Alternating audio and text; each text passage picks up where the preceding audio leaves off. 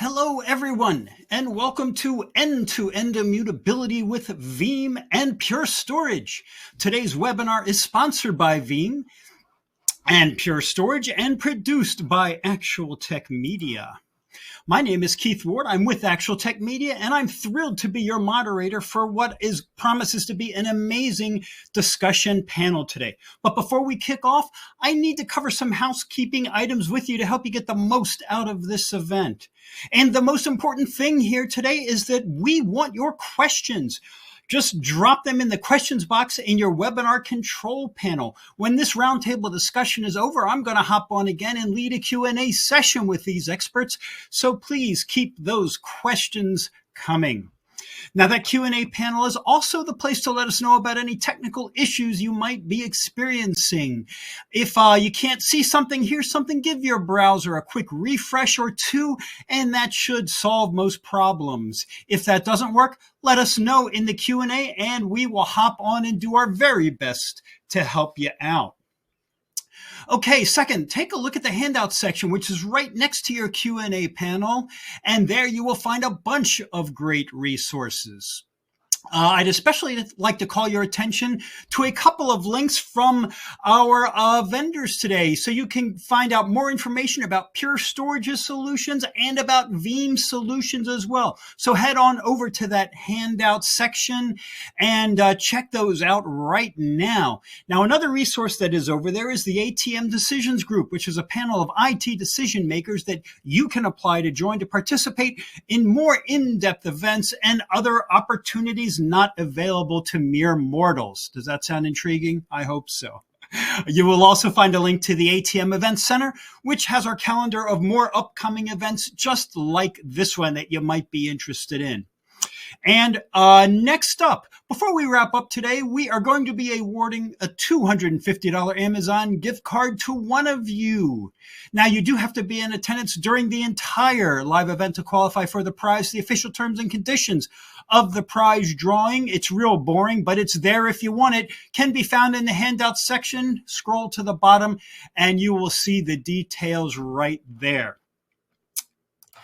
Okay, and when I say that we want your questions, I really, really mean it. To encourage them even more, we're going to hit you up with a special additional prize just for questions. So at the end of the event, you could win a $50 Amazon gift card because we're going to round up all the questions that come in. We're going to pick what we feel is the best one, and then we're going to send that winner. We're going to contact them, and then we're going to send them a $50 Amazon gift card. So there are multiple chances for you to win today. And with that, what do you say we get on to our main event? We have got an all-star cast here. They are coming from all over. They are all true experts who have been in the biz a long time, and they're going to introduce themselves here in a moment. But you can see their names and titles right here, and they're going to tell you a little more about themselves going forward. Now, Jason Walker is going to be leading this roundtable today, so I am going to vamoose and pass the mic over to him. Jason, you have the floor.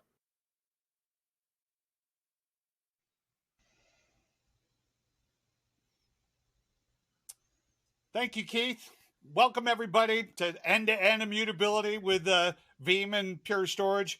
We have an amazing show ready for you here. We've got an all-star panel. I'm your host, Jason Walker. I'm the Enterprise Technology Strategy Director for Cyber Resiliency at Pure Storage. And with me today, the great Mark Poland, Senior Solution Architect, Product Management Alliances at Veeam Software. We've got Ben Kendall, Consulting Field Solution Architect for Cyber Resiliency at Pure Storage. And our special guest, Christopher Weiss, Senior Systems Administrator at RC Willey. It is going to be a speed race, 30 minutes, 45 minutes talking on this. We're going to be talking about all things cyber resiliency and immutability with real-world examples from Christopher. But first, we having to talk behind the scenes, you get to look behind the scenes. We chatted, and there's a lot of common interests among this panel regarding outdoor activity. So, Christopher, I'm going to start with you. When you said, what activity do you like doing? What's your outdoor activity of choice? If it gets me away from the computer systems, I like it. So normally I love camping. I ski. I was out skiing yesterday, and I hike. I bike. If it gets me outside of the cubicle and outside of the computer system, I'm on it. What kind of skiing are you talking about? Like water skiing, side No, to this side is of the lake, or downhill. snow skiing? I like my water frozen. So snow skiing. Right on. Into the Snow Alpine skiing. stuff, right on. That's right. Ben, well, go ahead. What is the activity of choice for you? Pretty much the same, like the rest of us. I spend most of my day in front of a computer screen, so I love getting outdoors. Not so much the camping anymore. When I was younger, plenty of that. Now I'm old and I'm spoiled. I like I like a Marriott as much as anybody, but I love cycling and hiking. I love cycling and hiking, and of course I do share a love for film, Jason. You and I have talked about that before. So. Absolutely. Hiking. Now you're not talking about those countries that have the hiking paths that are about this big, and you're perilously close to death every time that you take a step. Anything like that? You like casual hiking? In my younger days. Yeah, exactly. Right. Just like I've become a little spoiled as I've gotten older, I've also become more risk averse. So my cycling is a little calmer. So is the hiking. Right. Well, we'll definitely talk about risk aversion coming up in some of these questions out there. What about you, Mark? Very similar interest on the hiking and the cycling. I'm a road cyclist, so that might be a little bit different than you guys that live out west. But on the hiking part, typically just do stuff in the local greater Boston area, but we did just book a trip late August to do the Southwest Coastal Path for 4 days in England. It goes through Cornwall, and I'm hoping it doesn't have those really narrow cliff edge paths, but there's some definite up and down on that. But we're really excited about heading off to England to do that trip. Yeah, you may want to check Google Maps and zoom in just to make sure. Bring rope and carabiners just in case. That's right, or catch the flu that day or something, and something like that. All right, great. And then, we all have a lot in common. One of the things we also have in common and why we're here is our common experience in the wild world of information technology and protecting data. So much has changed since I had brown hair. That's for sure. I had hair in general in there. But let me start with Chris. Chris, we've seen a lot of changes over the years. Where have you seen the biggest shift in the last 10 years? Or so? I'm not going to say exactly 10. Maybe it was 11. But the biggest shifts that you've seen. I think the biggest shift for us, anyways, was that you've got this idea of backups. That's always been important. Archiving your data, making sure that everything is out there. But with ransomware on the rise and everyone looking at it, and you're seeing these huge payouts for ransomware, that having the ability to recover, because sometimes even if you pay the ransomware, you're not going to get your data back. And so having the ability to recover and know that your recovery is good, the data is good, is critical. So we had a great backup solution, but the biggest shift is people don't care how long it takes to back up. They want to know how long it's going to take to get the data back and at what point that data can be recovered. Going to your boss and saying, well, I can give you a week ago and it'll take a week to give it to you is not going to be acceptable in today's environment. The Restore box definitely getting checked with more gusto than maybe 25 years ago. Mark, I know at Veeam Software, you guys have addressed a lot of that in there. What about what Chris is saying there around Restore? What have you seen over the years in terms of the importance of Restore? Yeah, that's a great question. And I'm coming up on 20 years in the, we used to call it the backup data protection space. Cyber resiliency is probably a better term these days. But if you go back even just a few years ago, everything was about, backup performance, data reduction. And it was because, the backup system effectively was the red-headed stepchild of the data center. Right. I refer to it as an IT culture of backup and data protection got the hand-me-downs. Well, that server used to be an Oracle server. We've upgraded, so now we've got this server. Let's use that as a backup server. And for so many years, when backup was the focus, that worked well enough, I guess. But with the advent of ransomware and it just becoming insane and now AI driven, backup is not the focus. As to Chris's point, it's recovery performance that's the focus. It's, can you guarantee that I've got a clean recovery is critical these days. So features like immutability for your backup storage. And,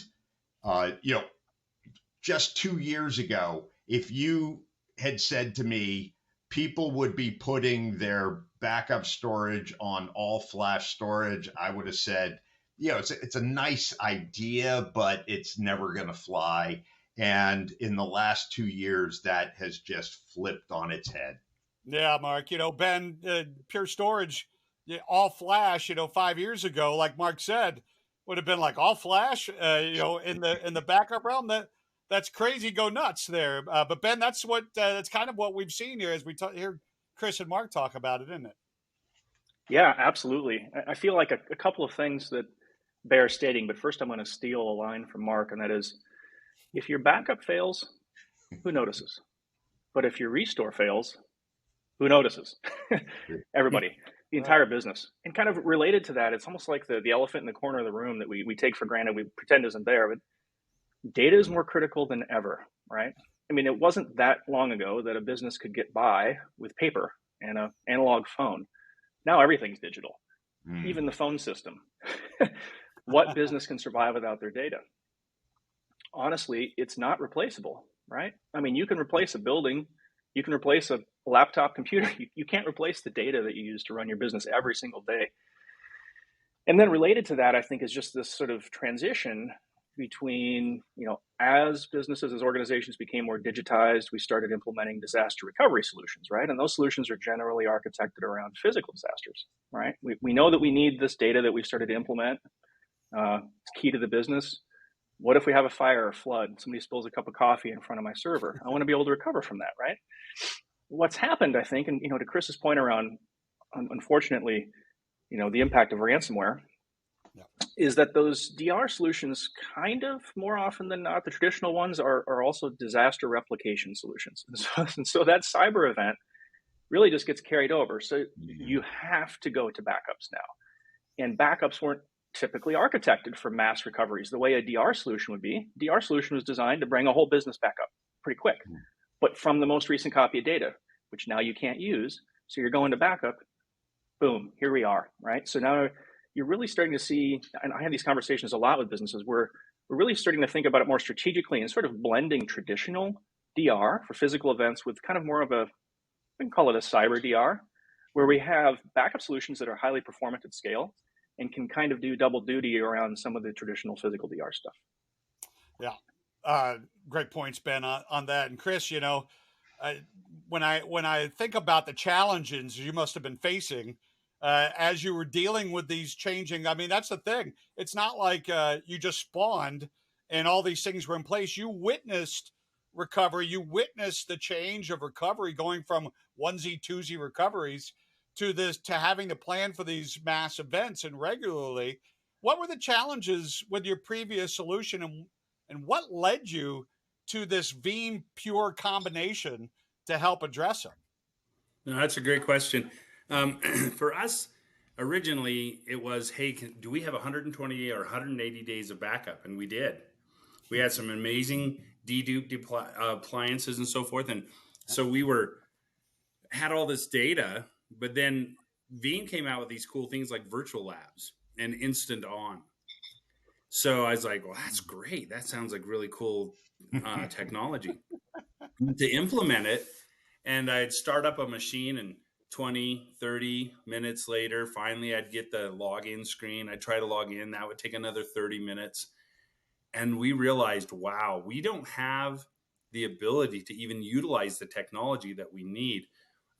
As Ben was saying, one of the things that we have in today's industry is we have to have the ability to do a DR.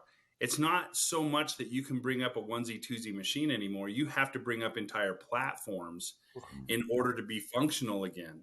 And that requires a lot of different servers, from your domain controllers to your Linux boxes to your SQL servers, your Oracle servers, whatever it is that you have. Pieces are so interconnected now that if you can't bring them up as a whole to a certain point in time, you're going to be spending a lot of time just trying to chase down stuff. So when we discovered the concept, to Mark's point, where he said, who's going to put it on all flash? Well, Pure came to us and said, we have this option, and it would make a great backup. And I was like, okay, you do dedupe, you do compression, so does everybody else. Even Veeam does that and does it pretty well. And so it's like, okay, so how does that differentiate? So we started looking at the numbers, and we did a test on their system, and what systems that were actually taking 30, 40, if ever, to recover, I was able to bring up in 2 to 3 minutes and bring up. Wow. That allowed us to then take that technology together with their strong API sets.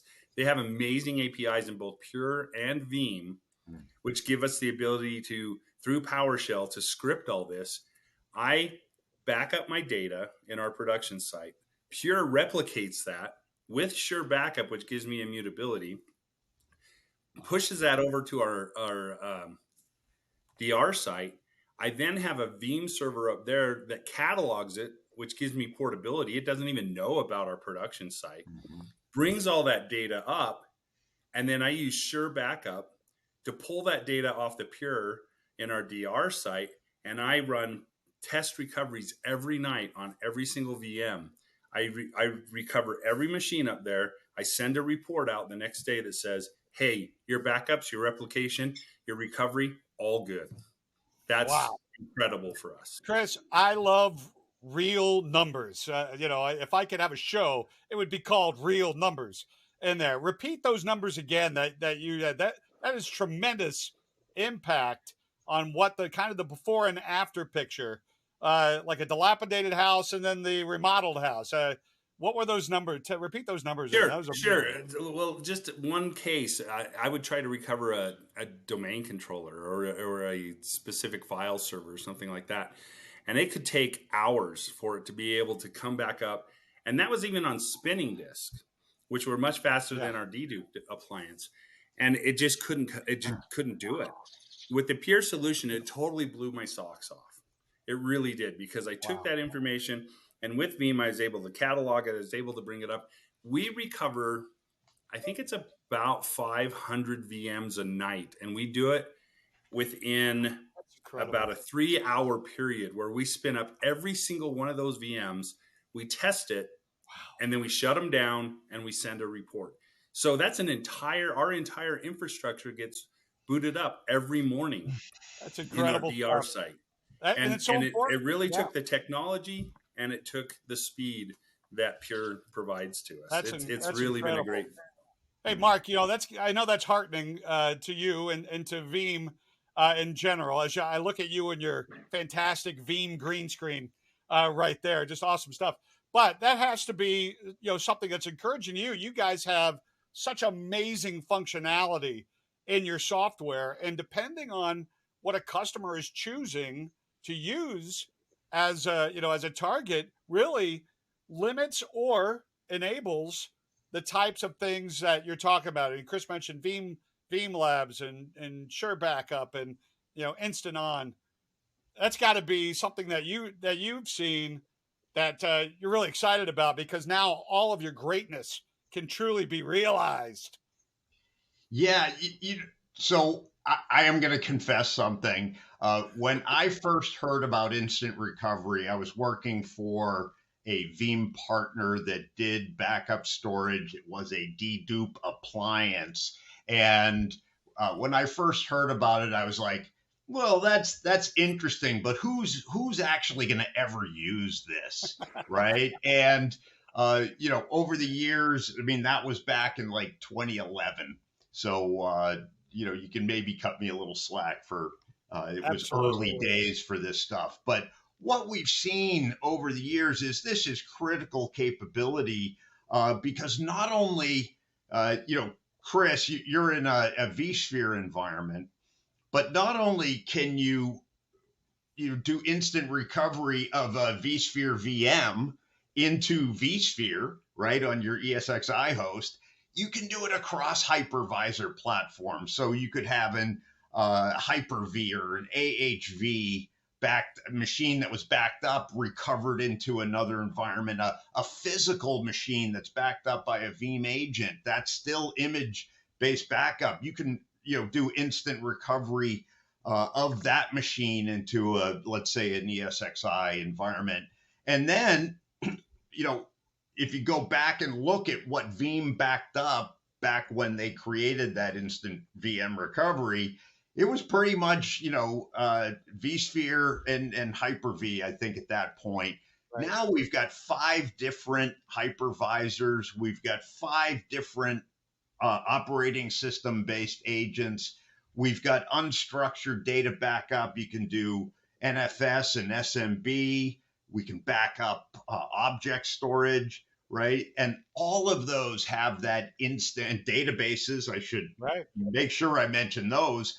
And all of those have that instant recovery, instant on, instant publish, whatever term you want to use, so that if you do have a problem, right, you can immediately bring all that stuff back up, get your users back productive, because we all know that the most expensive thing for any customer organization is the people. And if the people aren't productive, that they're losing money. So having those tools to get them back online. And I didn't even cover the Sure Backup stuff, which gives you that effectively a quarantine environment is the way I think of it these days in the cyber resiliency world, where I can bring up not one of those machines, but a bunch of them that make up an application group and then run through the tests. And I love that story, Chris, where, at the end of it all, they get the report because that is so critical. I had a customer years ago when I was a Veeam SE, and before they implemented Veeam, this one system administrator would spend every Friday afternoon physically recovering machines one by one, going down the spreadsheet. And once they implemented Veeam and the Sure Backup capabilities, he got the entire Friday afternoon back. And again, I'm just kind of skimming the surface on, because clean recovery, doing those deep scans, making sure they're not infected prior to recovering after a malware attack. That's also a thing you can leverage Sure Backup for. Absolutely. Like I said, Mark, Veeam is loaded with fantastic and adding more in all the time as we address new threats and attack vectors in cyber resiliency. Ben, you talk to a lot of different, customers, different sizes in there, and, everything that's being brought to bear in this cyber security, cyber resiliency world, honestly requires fast read out there. Are you seeing that the people are getting that and are looking to you to consult on, some of these solutions there? Yeah, absolutely. But I'm going to pause the answer to that question because I'm picturing the meme of the world's most dangerous man, where it says, "I don't always test my code, but when I do it in production." Have you seen this? I feel like this is, I don't always test my backups, but when I do, it's just in a disaster. No, you want to validate those things up front. I got the sense, Ben. I got the sense that when Chris was talking about it, that's why I wanted him to repeat it. It's so important because there's people out there going, "He does what?" I didn't hear that right. For him to say that, you're exactly right. Because it's extremely uncommon. Yeah, it's extremely uncommon for folks to. I mean, it's an awesome feature. So I have a confession, much like you, Mark. So I haven't always worked at Pure. I started off my career actually in the reseller space. I did a lot of consulting, reselling of various products and implementing them. And I remember when Veeam came out, first GA, I actually started reselling it right away and using it. Instant VM recovery. I was like, this is really cool. And I also resold purpose-built backup appliance, right? That did dedupe really well. And it was kind of interesting that you could get a backup into it pretty quick. And if you turned around and immediately tried to do an instant VM recovery, it was okay. It was really around like day 14, day 30. I mean, there's really no better fragmenter of data than a backup workload because there's churn over time. And as soon as you're putting that data on something like spinning disks, it's just physics, right? You end up with more head seek time, meaning random IO. So what Chris is doing, right, is he's driving a ton of random read IO out of his Veeam backups. Veeam needs that, right? Veeam it's got this amazing translation engine, which we call instant recovery. It's really a translation engine that can provide portability across hypervisors, like Mark pointed out, but it still needs horsepower underneath it. It needs to be able to read all those blocks because what you're literally doing is booting up a bunch of systems out of translated data that's ultimately 100% fragmented at some point in time, right? So absolutely, this is what I talk to customers about all the time. The power of Flash for servicing those workloads and the consistency too, Jason. That's one of the things is that, things might be good today, but unless you're doing what Chris is doing and testing it consistently over time, you don't know what you've got a month or two or a year down the road, right? And that's one of the things this unlocks. Yeah, can I bring up one other? Oh, sorry, Jason. No, I was going to say one other thing that just came to my mind that we use Pure and Veeam for because Pure unlocked this ability is how often do you see people trying to set up test environments in their production, right? Before we do something, we want to test it in test. And that's a great and important thing. But how often do your test environments truly mirror your production environment? Very, very, very rarely. So what we do is using virtual labs, and because of the speed of Pure Storage, we take that. I had a document retention server that I needed to update. Well, that thing relies on a SQL database. It also relies on a domain controller and some other things. Well, we needed to make sure this backup was going to go, or this update was going to go correctly. I just brought all those machines up in a virtual lab. I ran through the entire update, ran into the issues I was going to run in. And I'm using my data. I'm using the servers from the night before. Right. And I was able to verify, yes, I know exactly what's going to happen. And then when I rolled that out, it happened exactly as it did in my virtual lab. And it was the speed of Pure that allowed that and the technology of Veeam that brought all that to bear. So it's not just recovery. We use it for testing. We use it for verification that we can actually do updates. I love that. I love the fact that it's not a one-trick pony, right? You've got a multi-purpose box. I'd actually like to ask you a question too, Chris, because this came up earlier. You mentioned immutability, and I feel like given the title of our webinar today, we probably should dig into that a little bit more. Yeah. We do a lot, of course, natively within Pure to provide for protection of data, prevent it from being modified, prevent it from being deleted, privileged user attack protection, if you will, as does Veeam. And would you mind just sharing a little bit more detail on how you're coupling those things in your environment? Sure, because you're writing to Pure, and that has to be written in. And then Pure does a great job on its safe mode of saying you can't delete this. You can't get rid of the data. So if some bad actor gets in there, they're not going to be able to just blow your data away because it requires multiple people giving that. But on writing that data, Veeam, with its Linux hardened repository, also gives you the ability to write that out immutably, and they secure it by removing the SSH, by redoing the number of things that they do to the hardened repository. So the front end door is protected, the back end, living room is protected in the house, and so all that does is it continues to provide that scalability of resiliency. And it's not just one thing that you're relying on. There's multiple partners here that are operating inside of that and making sure that your data isn't susceptible to somebody just coming in and wiping it out. Because from what I understand, that is the number one thing that they go after first and foremost in a ransomware attack. Yes, they absolutely do. In fact, we publish a couple of surveys that are third party host sponsored, if you will, each year. And, our ransomware trends report, which just came out, echoes that, right?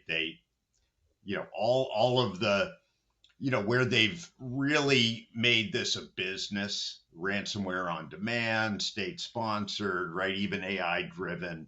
They know what to look for the popular backup applications. They know how to get there. And so, what we talk about and what Pure talks about is having really the isolation level, which you've described. We call that multiple resiliency domains. You guys over at Pure call that, what is it? Resiliency tiers? Tiered resiliency architectures. Yeah. Tiered resiliency. I got the words mixed. Yeah. So it's, we use slightly different words, but we mean the same thing. And it's not, and I'm going to take a little bit of a dig at two of my competitors, right? We don't put everything on one box where if you compromise that box, it's game over, right? Right. The Veeam backup server, you'd have a heck of a time compromising it, but let's say you did. That doesn't mean you got to your Pure Storage on-prem. Doesn't mean you got to the stuff off-site. So, every one of those is more and more work. A harder target means that the bad actors are going to give up and go after a softer target. Yeah, that's great stuff. And Chris, talking about what Pure and Veeam have brought to the table, have probably made it a little easier. It's never easy because things change so darn fast, but it has to make it easier for you to be able to communicate upline how you're securing the business, and because things have changed a lot in that category. You used to just kind of be in your own little world and testing backups and things like that.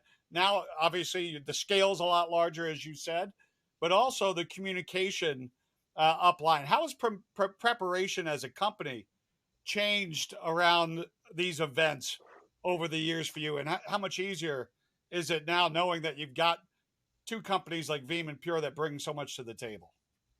Well, your CEOs and the C-level employees are definitely more aware of this ransomware and where are we? Are we protected? How are we protected? And they're more educated on that than they probably ever have been. Mm-hmm. And disaster recovery plans are now not just a nice thing, they're a requirement. We get audited quite often on various things, and those are absolutely important and critical for us. Is where are your DR plans? What do those? When was the last time you did a test of your DR plan? Do you have notification that your backups are even good? Do you know that they're good? And so forth. And so, the biggest change is in the understanding that your upper level employees or corporate level employees have as to what is important and what protects the business. It's not just, do we have strong front doors or security guard? Where you have to make sure that inside the building is just as secure, and that includes your data, which Ben was talking about is the lifeblood of the company. Yep. Always plan for the worst, right? Always be thinking, what's the worst disaster that could befall this application, set of data, et cetera, and plan around it. I mean, in all seriousness, that's kind of what my career's taught me. Helping customers recover from some pretty bad worst case scenarios. Planning ahead goes a long way. Assuming that you will get hit, somebody's going to get credentials that give them access to your systems. How do you protect? Things like safe mode in the Pure ecosystem, for example, can guard against that. So definitely pays to plan and test. Yeah, Ben, we talk with customers all the time about tiered resiliency and building that in, but they're not often looking at the total big picture in that way and bringing them out. Some of them only are using Pure as a source, and you have to tell them all the great things that Veeam has in the software and the things that we unlock. And Mark, surely the conversations that Veeam's been getting into, like you say, 15 years ago, it was probably more simple around protecting a VM, but now the strategies are much larger, like Chris is talking about. Yeah, I mean, protecting your VMs, that's like one piece of a much bigger IT data center or even hybrid cloud puzzle, right? You got to be able to do all those puzzle pieces and bring those puzzle pieces together so they show that, cohesive picture that you're trying to get to. And, one thing I want to mention very quickly is when I started in what we call backup data protection, there used to be an argument or questions about backups versus snapshots. Right. And over the years, as we've, evolved, right? Now we've got the best of backup, the best of snapshots, where you can have your nightly backups, which is typical, right? Some customers run more frequently, but then you can run hourly or every half hour, every 15 minutes, whatever the right cadence is. You can run a snapshot. Veeam can actually orchestrate that if you have Pure FlashArray for your production storage. And then I get some really interesting recovery capabilities because I can recover from backup. I can do all the granular recovery, the sure backup stuff, all that we've had. But now I've got a lot of those options from snapshot, whether that's on the production array or has been replicated over to the backup or DR array. And don't think snapshots or backups, think snapshots and backups. Yeah. And Ben, from Pure Storage perspective, that whether you got Pure as a source, Pure as a target, you're doing snapshots from the time the data is born, little baby data out there to wherever. Pure is protecting that. You heard Chris say safe mode in there. What is safe mode to those who may not be aware, and how is that protecting any of it? Yeah, that's a great question, because safe mode from a certain lens might look just like a marketing term, but it's really an umbrella technology, right, that we implement across our portfolio. There are nuances to it depending on what protocol are you using, that kind of thing. End of the day, what's important is that it is privileged user attack protection. So it's a means of guaranteeing that an attacker, even if they have full God rights to your storage array and they log in, they cannot eradicate your data. So the outcome is privileged user attack protection. Also, accidental admin protection. What is it you like to say, Jason? Florida man, something like that? Oh, I don't want to. Yeah, I'm a Florida man, so home of the accidental right. You joke about it. You joke, yeah. So yeah, and we do help. It helps in that. In fact, probably volume-wise, probably helps more accidental eradications and deletions than anything else. So you're protected against the old cyber criminal, Chris, with the masks on. Coming in and doing that, the accidental admin. Also, nice to know you're protected like that, right? Not that you're an accidental admin, Chris. I mean, I'm not even saying that, but I'm still human. Yeah, it can happen to anyone. No good, very bad. Monday morning, didn't have enough coffee, kind of thing, right? Yeah. Exactly. Absolutely, great topics of conversation, Chris. I'm gonna wrap it up with this. We'll wrap up our general session, then we'll get to some Q&A. But Chris, when you look at having Veeam and Pure, how confident are you feeling, even moving into the future in there? As Ben said earlier, it's great today, and I'll take a chance and ask you, how do you feel about tomorrow, and how do you feel set up having Veeam and Pure on board here? No, that is a really important question, because on the roadmap for Veeam, and I also get to hear from our people at Pure as the roadmap for Pure, and I'm very confident in what they're doing. 12.1, they have really put a lot of effort into a direction. They're not there yet, and they know they're not there yet, which is what I like, because they are working feverishly to get there.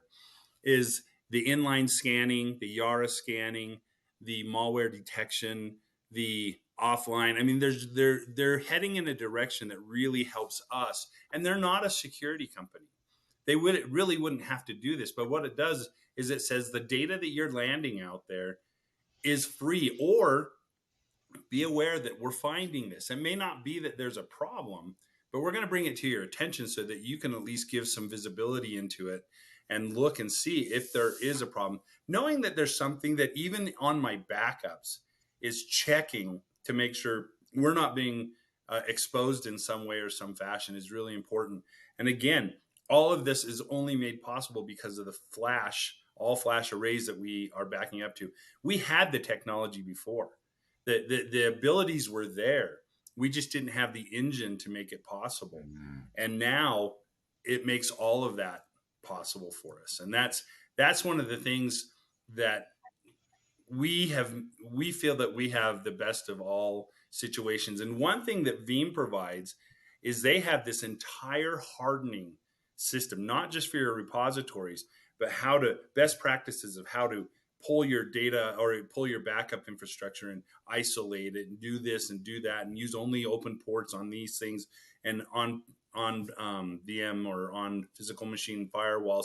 Anyways, you can reduce your exposure following those best practices a great deal. Somebody's going to get in and they just won't know where stuff is. They won't have access to stuff if they're not on the machine that is supposed to be doing the access.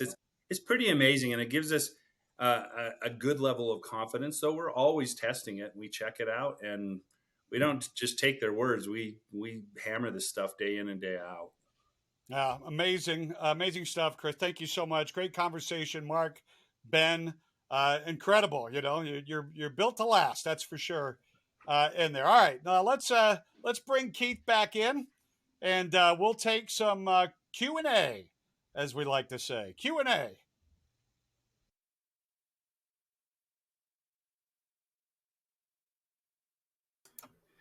Q&A. Thank you, Jason. Always great to have you with us, and what a fantastic discussion, everyone. I love hearing the real world stories from people like Chris too, who are living this stuff every day. And with that, folks, as promised, we are going to jump into the Q&A right now. And the first question, I'm going to ask Ben this. Ben, are you there? I am here. Hopefully you can hear me. Oh, yeah, outstanding. So first question in this Q&A is from the attendees. Are there any limitations on how many servers that we can bring up in a virtual lab? So obviously this is a resources type of question here. Yeah, that's a great question. And, this ties directly into what Chris was talking about with regards to sure backup. So in Veeam speak, this sure backup thing that was being discussed is a way of scheduling or running ad hoc a task where you literally bring up the applications and resources, the workloads that you're protecting in production from your backup files. You do it without having to do a streaming restore. It's a really cool technology Veeam has baked in. I think I mentioned something here about the translation engine that's kind of involved in that. And it's very resource intensive on the back end storage, right? And that's what virtual lab effectively is as well. So virtual lab, data labs, different terms you can use. It's the same kind of thing. It's leveraging this really cool Veeam technology to bring up your workloads directly out of backup. And to be really technical about it, there's like let's say it's a VMware workload. What Veeam's actually doing is presenting an NFS data store, the vPower NFS data store, from a Veeam designated resource, a server, right? Consuming some CPU and RAM, and it's leveraging networking to present that data store to VMware. And as far as VMware is concerned, what it sees is just a data store with a virtual machine folder and a VMX file, and Veeam does registration out of that. And again, that's the power of the translation engine. So that's a little bit long-winded, but it helps to kind of paint a little bit of a picture, I think. So at the end of the day, the limitations, to your point, Keith, it's really about resources. It's networking, it's CPU, it's memory on the Veeam stuff. But honestly, most importantly, and selfishly representing Pure, the part that's most relevant is the back-end storage. It's that you're servicing all of the read IO to bring those workloads up, and you're doing that out of backup files where data has been folded up as best as possible, and it's been churned over time. You get backup chains. So what that means is it's very fragmented. And so you need to be able to service highly random read IO at scale. So again, apologize, it's a little long-winded, but the limitation really comes down to resources. Those resources include a lot of things, but probably most prevalent, most important is that back-end storage. And we, for example, have published a white paper where we've demonstrated bringing up, I think the number was 96 virtual machines out of backup using this technology, instant VM recovery, from FlashArray in about 6 minutes. And so, that kind of thing is very possible, is the only point there. And architecturally, it's around a number of design decisions. And, your friends at Veeam and Pure are always happy to work together to help you design that if that's what your business needs. So there you go. Yeah, absolutely. And really, really good numbers to hear with that. So, all right, let's move on to our next question. And this is going to be, this is from Colby, who wants to know, what kind of dedupe / compression do you see with backups on Pure? Now, I'm not sure who wants to take this. Chris, I mean, you've got some real world experience. I don't know if this is something that you feel like you can handle, or we want to get someone else to answer. But any of you, any of the experts who are on today, feel free to take that one on. Remember to identify yourselves first. I can take it just from my perspective, and then I can hand that over to others. But the dedupe that Pure and Veeam both do is good. If you're going to land it onto a Pure device, you turn off your dedupe, inline dedupe, so that Pure can just do what it does on its appliance. But Veeam does a pretty good job if you don't, if you're landing that in different location. But it varies. Your mileage may vary with just depending on the data that you're putting out there. If you've got a whole bunch of servers that are, Microsoft servers, and they share the same OS footprint, you're going to get a higher dedupe than you would. When we first started our data, we were seeing stuff as high as 30 plus. But as we started putting different data types on there, we're still in the 4 to 7 times, just depending on what we're hitting. So that's from our perspective. Great. All right. Thanks very much, Chris. Now, I heard someone else who wanted to chime in there. Yeah, Ben here, if you don't mind, Keith. Sure. I appreciate that. Go ahead. Please. Yeah, I mean, it's the end of the day, your mileage may vary. It's like the most famous answer in IT. It depends. The consultant's answer, right? So, it's very data dependent. We have fantastic data reduction in FlashArray. I'm happy to stand behind that statement.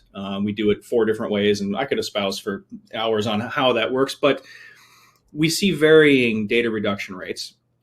Depending on data, depending on configurations, et cetera, we always get very good data reduction with Veeam backups, though.